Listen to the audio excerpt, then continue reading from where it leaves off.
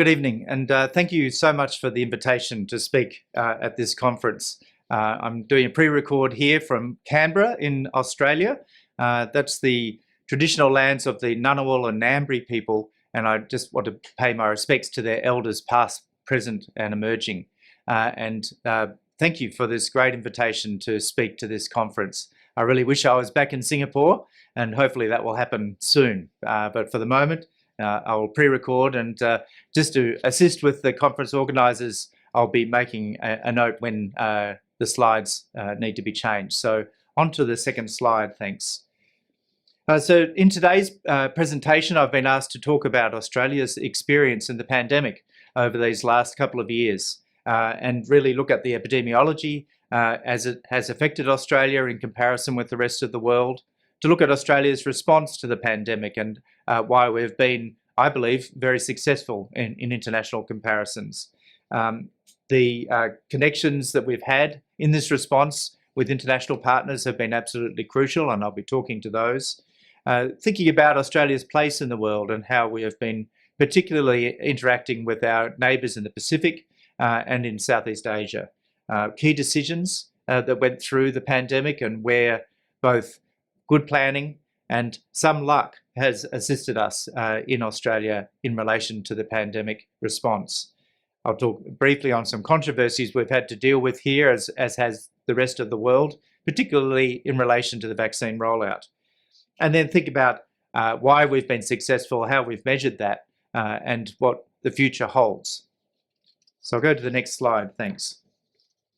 Firstly, a little bit of background about Australia for those that may be watching who are not familiar with our country. Australia is approximately 26 million population, the land mass of 7.69 million square kilometres. It's a large country, but most of the population lives in the southeast corner of the country, and I am in Canberra, one of 8 jurisdictions, states and territories in Australia that make up our federation. In terms of public health, most of the public health response and the health system, in terms of hospitals at least, is the responsibility of the states and territories. And so when we started on this process of dealing with a pandemic coming to these shores, there were a number of decisions that needed to be made at the national level, but many of the decisions and the response has been in the states and territories. And so that coordination of that response has been really vital throughout. The Commonwealth Government of Australia, the national government, has the responsibility for the international borders, and that played a crucial component of our response early on to the global pandemic. And indeed now, as we start to reopen to the rest of the world, that is a responsibility that we take on. And as Chief Medical Officer here, I'm central to that decision making, as well as planning for that response in the early phases right throughout the last 2 years, and now as we start a new phase of the pandemic response. Next slide, thanks. So let's roll back to the end of December 2019. I still remember the first time I heard about the issue that was emerging in central China with the cluster of pneumonia cases in Wuhan. And because it was New Year's Eve or New Year's Day, I know exactly how many weeks it's been. This is the 98th week that we've been dealing with this particular pandemic. Of course, in those early days, we weren't sure that this was a new disease, or indeed one that was going to be causing what has happened over those weeks and months since those first reports. But of course, it has spread rapidly around the world. At that time in Australia, we were already in an emergency mode. We had very large bushfires in several states in Australia, and we were dealing with the health consequences of that. And so we had our emergency responses already stood up, and they've remained stood up, in fact, over the last 2 years. Next slide, thanks. And so we look at where we were in February of last year when it was clear that this was a new disease. We'd sequenced the virus. That was well known that it was a new coronavirus, one definitely with pandemic potential. And we took immediate steps here in Australia to deal with that. And if you just click on the slide, here we are today, moving from what we thought was a big problem in one country at that time, 80,000 cases, as I recall, rapidly in China. And then today, with the millions of cases that have happened in almost every country in the world, and sadly, so many deaths throughout that period. And these are just the official ones. Of course, we know that cases would be higher than that, and also the death rate in many of the less developed countries that are probably not counting every case nor every death.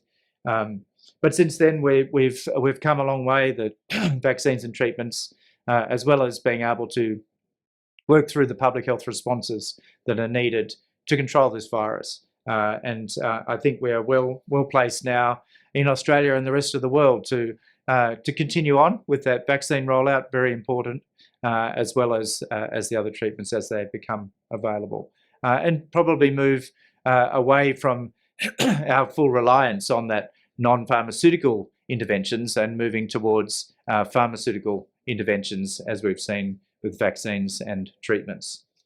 And we need to think about that in terms of confidence, even amongst the uncertainty, and I'll go into some of those issues shortly. Next slide, thanks.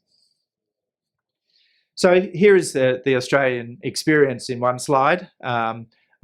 So just to explain the slide, the x-axis is going back to the beginning of 2020, and then right through to actually a couple of days ago. The blue in the graph is the cases, and you can see we've had 3 quite distinct waves with a very long period from the end of winter in the Southern Hemisphere last year through to the start of this year's winter, where we had small outbreaks, but really very little, and we were had much less cases of the virus during that period than many other countries. But we have had 3 waves where we're just coming off the peak of our 3rd wave now. The first wave was mostly related to international arrivals, and with the border closure that happened very quickly in our initial response to the pandemic right back in February of 2020. That initial wave finished quite quickly with very few cases. The second wave occurred with a breach of our quarantine system, which was mostly very successful in keeping the virus out of Australia. But there was a breach in Melbourne, which led to a large outbreak throughout the winter period of 2020 in our 2nd largest city in the state of Victoria. But it did not really spread much beyond Melbourne, even into the rural areas, nor to other states. Then this long period where not much was happening in Australia, the occasional small outbreak, which was quickly extinguished, and very successful public health interventions. In June this year, we did have another breach of our international border, which led to a large outbreak in Sydney, our largest city, into the rural areas of New South Wales, also into Victoria, and occasionally small outbreaks in other states as well. The difference this time around was that occurred whilst the vaccine was rolling out, and we can see from this same graph, that dotted line, which is the vaccine rollout, to the point where we're now one of the highest vaccinated countries in the world, with 80% double dose vaccination of our over 16s. We are also offering vaccination to our 12 to 15-year-olds, and we've reached 70% of those double vaccinated. And we're just embarking on our booster program. What that has led to, as has been seen in the rest of the world, is a much lower increase in severe end illness, even despite the large number of cases. So our hospitalisation rate has gone up. The hospital numbers have gone up, but the rate is much lower than in previous waves, and similarly intensive care. I'll go to the next slide, thanks. One of the key elements that we introduced early on in our vaccine response was to protect our most vulnerable members of our population. And in Australia, in many ways. That's our Indigenous or First Nations people, the Torres Strait and Aboriginal people of Australia. And so they have much higher rates of chronic disease, a lower life expectancy than the rest of Australia. And we knew that it was and often living in very remote areas with less access to health services. So right from the beginning, we planned first to prevent the virus getting into those communities, and then also plans, if that happened, for outbreak response, including rapid diagnostics in even the most remote areas of Australia, and specific plans in relation to outbreaks. We used our Biosecurity Act to prevent people travelling to and from some of those most remote communities. That was done in very close consultation with those communities and at their own request that we should use such a measure. And early on throughout 2020, we had a very successful prevention campaign. And you can see from the top part of this graph, the 2020 experience. I'll just note that the y-axis on the top graph is very different from the lower graph, which is this year, where we've been less successful, unfortunately, in keeping that virus out. So we've had several waves, 3 waves again, like we did initially, a small wave early last year, a still pretty small wave, and mostly just in Victoria, one state, in the winter of last year, and then a larger wave this year, particularly in New South Wales and in our some quite remote areas of New South Wales. We have had some outbreaks in Aboriginal communities and unfortunately some deaths there. It's been a challenge. We've been in some ways a victim of our success from 2020, that our Aboriginal and Torres Strait Islander population have felt protected, have felt a sense of hesitancy because they felt protected, as well as some miscommunication campaigns and conspiracy theories which have been circulating, and I'll touch on those later. So our vaccination rates have lagged behind in our Aboriginal and Torres Strait Islander community, and that's something we're absolutely going full out now to correct. Next slide, thanks. So Australia's pandemic experience has been very different from the rest of the world. We've had now 180,000 cases, the majority of those actually in our current wave. We've had now sadly almost 2,000 deaths in Australia, but that compares with many countries in our region and throughout the world very favourably. It's been interesting that one of the first things we did was to close the border, really to virtually ban Australians from leaving, except for particular exemptions and certain circumstances. And for any Australians coming back to the country, or a small number of non-Australians coming into Australia for various reasons, we have had a very strict quarantine regime of 14 days in hotels, fully supervised and enforced by legal authority, with a testing regime throughout that period. So that has kept Australia mostly safe throughout that period. But now we're moving into a new phase with the borders starting to reopen, particularly for Australians coming back, but increasingly also with New Zealand. In a couple of weeks' time, on the 21st of November, we will open a bubble with Singapore, and increasingly we'll be inviting the rest of the world back into Australia. We feel safe to do that because of our vaccination rollout, which has been so successful. Next slide, thanks. So in terms of Australia's response now, thinking domestically, these are the key elements in my view. I've mentioned the international border and the rapid closure of that, and I'll speak in more detail about that shortly. We have rapidly increased our capacity and capability in testing, tracing, isolation and quarantine, and that has been a real backbone of our non-pharmaceutical approaches up to now in terms of controlling the pandemic, and continues to be even with our vaccine rollout. Public health and social measures have been prominent throughout, starting with the usual personal hygiene and mask wearing, but in many occasions, quite severe lockdowns have been a component of our response from the early days of the pandemic. Melbourne, for example, has apparently had the longest period of harsh lockdowns for any city in the world. Sydney is just emerging from well over 100 days of lockdown.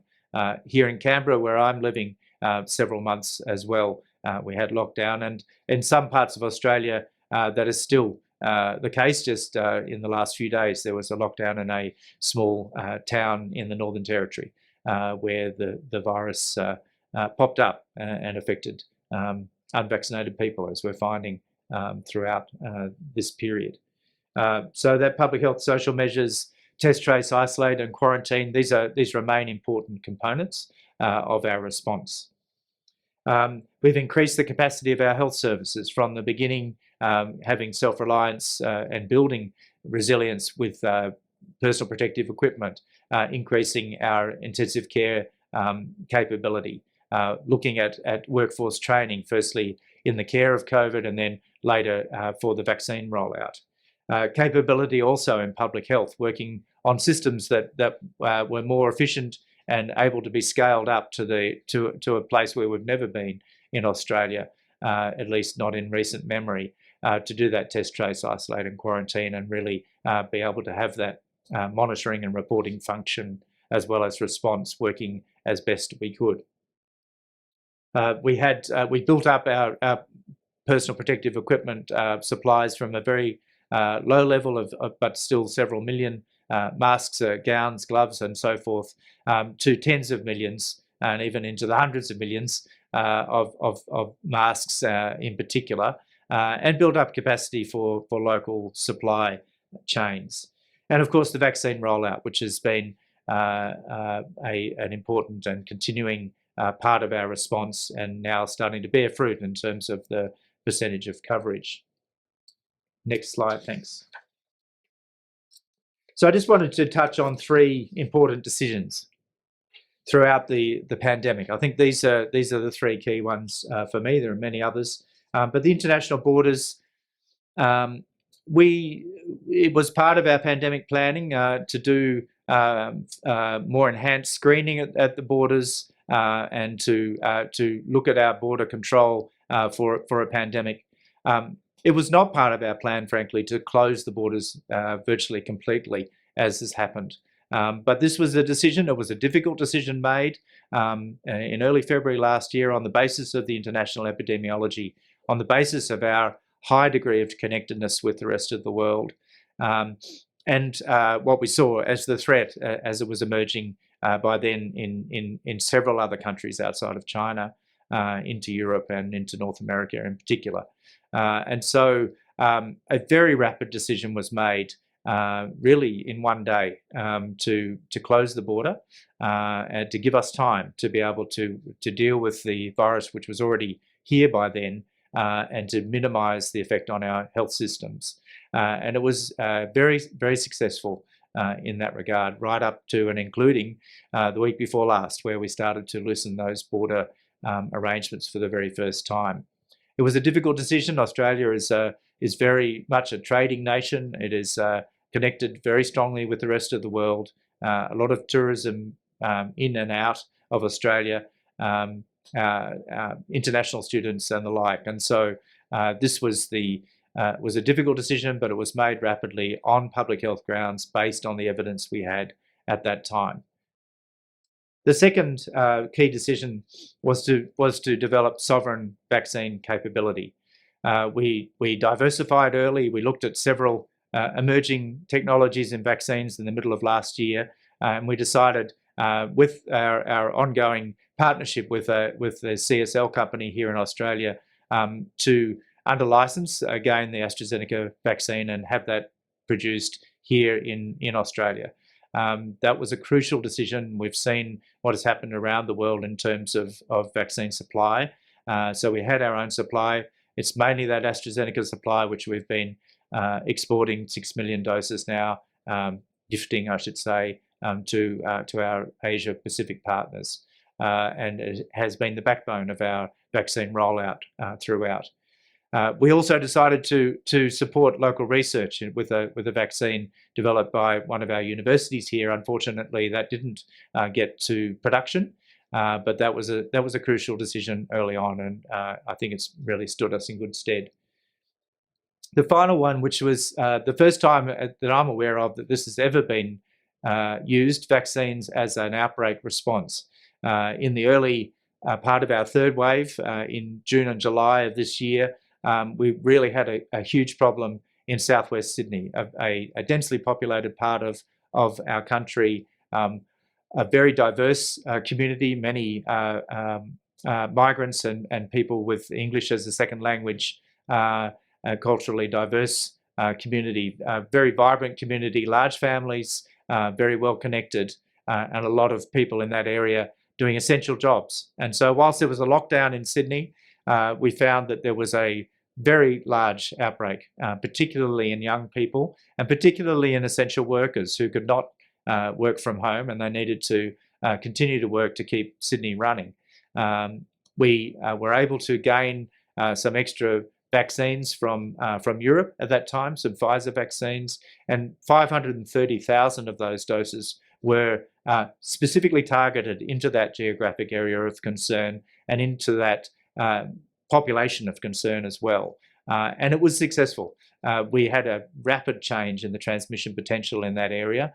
And over that month that we rolled out that vaccination, it was very clear that that was a key turning point in the third wave of the virus in that part of Sydney. Next slide, thanks.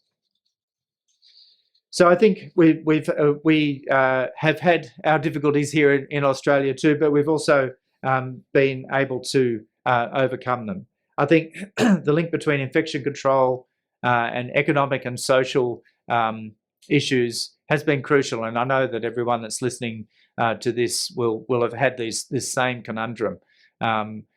That balance between the economic and social impacts, which can be enormous, as well as other health impacts, including mental health issues of strong infection control, cannot be isolated from each other. And so they've been all the way through the Australian response.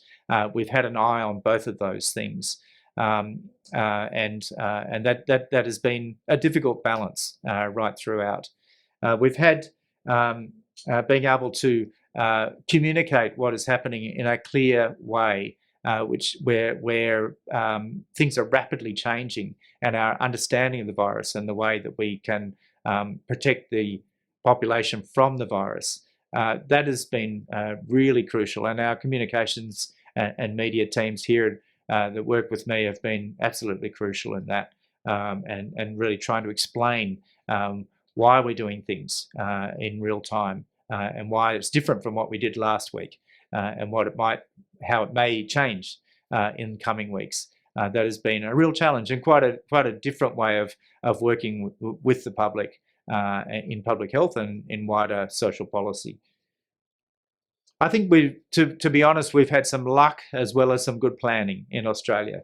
In terms of luck, we ended up with a head of our Treasury Department who happened to do a thesis on the economic effects of a pandemic some years ago. So he was the absolutely perfect person to be in that situation, and he and I have worked very closely together throughout the whole process to do that balancing act of the economy and society versus infection control. We've had strong public health leadership. I lead a team known as the Australian Health Protection Principal Committee. It's a group of the chief health officers, the heads of public health of all of those 8 states and territories in Australia, plus some other external experts. We used to meet 3 or 4 times a year before the pandemic. We've met more than 450 times since the pandemic started. And that close relationship, the ability to be able to have quick phone calls, to have a quick hookup to deal with emerging issues right throughout, has been absolutely crucial, and I'm very grateful to them. I think we're lucky that in our election cycle at the national government level, at the start of this pandemic, was the start of a government, not one that's coming into an election period. And so I think that was really important. It gave an ability for the Prime Minister to become very clearly and actively involved. During that period, they set up the National Cabinet, which was a group of the premiers and first ministers from all of the states and territories, with the Prime Minister, meeting regularly over 50 times now through that period, to make those tricky decisions, to work as one, as a single country, even within our federation. I think the other thing, really, from a luck point of view, was the seasonal timing. So unlike the Northern Hemisphere, the virus hit us at the end of summer, not in the sort of latter part of winter. And so we had time before our first winter and our first real wave in Victoria to prepare, whereas many other countries did not. In terms of planning, I think certainly that National Cabinet and the Australian Health Protection Committee have been crucial there. The need to adapt plans, approaching nimbleness and changing as the evidence changed, using the usual structures that we had, and collaboration throughout has been really crucial. Next slide, thanks. So what does success look like? This is an opportunity for those with a geographic bent to guess which countries these are. The numbers in the circles are the deaths per 100,000 population in those countries, and the vaccination rate is the percentages within the blue countries. So Australia, with Singapore, have been very successful in terms of the vaccine rollout, and indeed the relatively low death rate. This has not been the case in many countries that we look to for leadership in health and other matters. In the US, for example, 230 per 100,000. So 2%, that's a big number, have died. And the vaccination rollout has been difficult with large pockets of unvaccinated people. The same in the UK, in parts of Europe, for example, in Italy. Whereas many of our Asian neighbours in South Korea, in Singapore, and Japan, along with Australia, early on, largely protected, but then with waves of infection that have gone through, but being able to protect the population in a very good way. And those vaccine rollouts in all of those countries a little bit slow to start, but now amongst the highest in the world. Go to the next slide, thanks. So where to from here? Australia has a plan for reopening. It's a 4-stage plan. We're now in stage 3, having in the last couple of days reached that goal of 80% double vaccinated adult population over the age of 16. So in that phase, we start to pull back on some of our non-pharmaceutical controls that we've had on the basis of that very spectacular vaccination rollout and the protection that gives throughout the population. And so the international border is starting to reopen.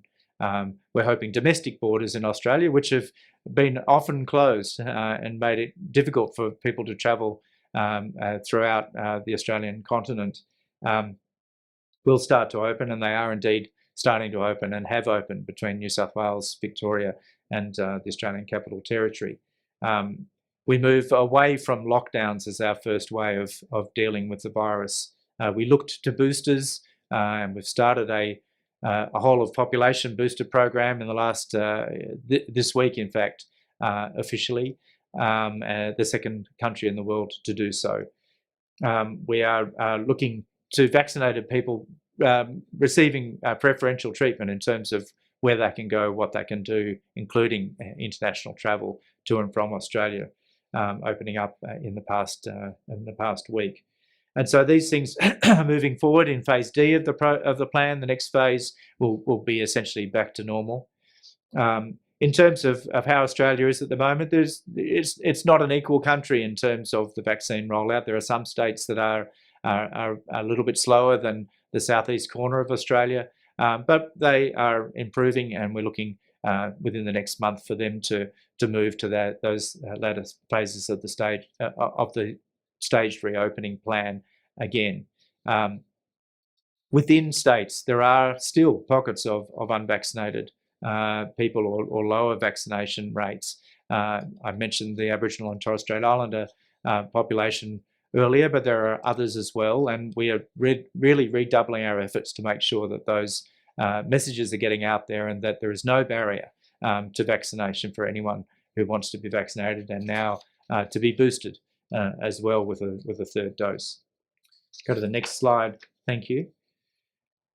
So we continue to have a global response to a global pandemic. Australia is part of the global response. We are continuing to contribute to that response. We are continuing to monitor what the international developments are.